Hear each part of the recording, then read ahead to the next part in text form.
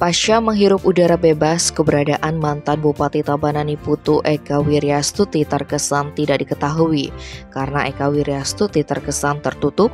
Bahkan rumah Eka Wiryastuti yang berlokasi di Banjar Tegeh, Desa Angsri, Kecamatan Batuhuriti, Kabupaten Tabanan juga terlihat sepi.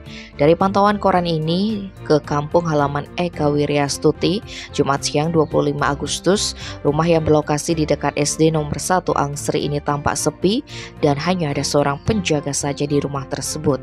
Dari penjaga rumah ini diperoleh informasi jika mantan Bupati Tabanan 2 periode ini sudah sempat pulang kampung.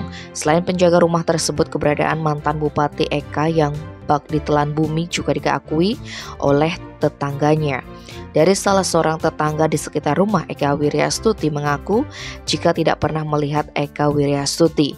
Selain tidak terlihat secara offline, ternyata aktivitas Eka Wiryastuti secara online juga belum tampak.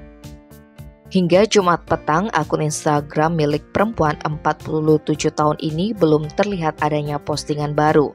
Seperti yang diberitakan sebelumnya, mantan Bupati Tabanan Niputu Eka Wiryastuti telah bebas dari Lembaga Permasyarakatan Perempuan Kerobokan.